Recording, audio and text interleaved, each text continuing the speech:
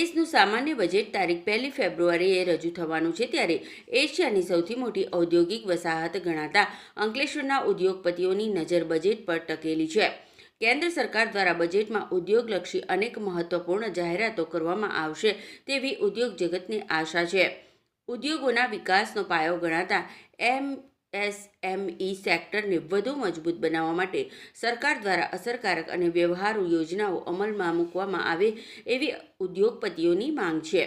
ખાસ કરીને ટેરિફ વોરના કારણે એક્સપોર્ટમાં 30 થી 35% સુધીનો ઘટાડો નોંધાયો છે। આવી પરિસ્થિતિમાં એક્સપોર્ટને ફરી ગતિ આપવા માટે સરકાર દ્વારા વિશેષ ઇન્સેન્ટિવ જાહેર કરવામાં આવે એવી માંગ ઉઠી છે। અંકલેશ્વર ઉદ્યોગ મંડળના પ્રમુખ વિમલ જેઠવાએ જણાવ્યું હતું કે એક્સપોર્ટ આધારિત ઉદ્યોગોને તાત્કાલિક બૂસ્ટરની જરૂર છે। આ ઉપરાંત વોકલ ફોર લોકલ અભિયાનને પ્રાધાન્ય આપતા ઉદ્યોગપતિઓને વિશેષ છૂટછાટ અને પ્રોત્સાહન આપવાની પણ માંગ કરવામાં આવી છે। સ્થાનિક ઉત્પાદનને વધારવા માટે સરકાર તરફથી ટેક્સ રાહત અને અન્ય સહાય મળે એવી ઉદ્યોગ જગતની અપેક્ષા છે।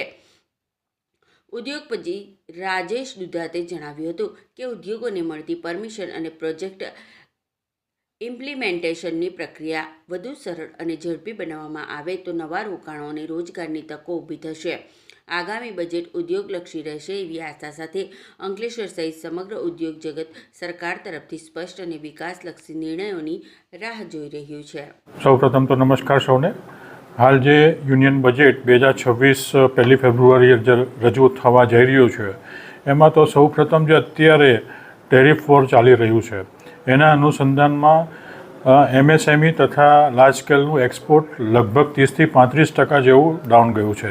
તો એને બૂસ્ટર મળે એના માટે કોઈ ઇન્ટેન્સિવ સરકારશ્રી જાહેરાત કરે એવું હોવું જોઈએ। બીજું સાથે સાથે જે સરકારશ્રીની હાકલ છે કે લોકલ ફોર વોકલ, એમાં જો કોઈ ઇન્ડસ્ટ્રીઝ પોતાના 100% રો મટીરિયલ ઇન્ડિજિનિયસ વાપરે અથવા ઇન્ડિજિનિયસ પ્રોડક્ટથી પ્રોડક્ટ બનાવે તો સરકારશ્રી તરફથી એમને સ્પેશિયલ ઇન્ટેન્સિવ 1 કે 2% જેવું મળવું જોઈએ, જેથી કરીને એમને પ્રોત્સાહન મળે અને આપણે જે માનનીય નરેન્દ્રભાઈ શ્રી મોદીના જે આહ્વાન છે કે આવનાર દિવસોમાં આપણે 2nd કે 3rd નંબરની ઇકોનોમી પર જઈ રહ્યા છે એને આગળ વેગવંતુ બનાવવામાં મોટું પ્રોત્સાહન મળશે।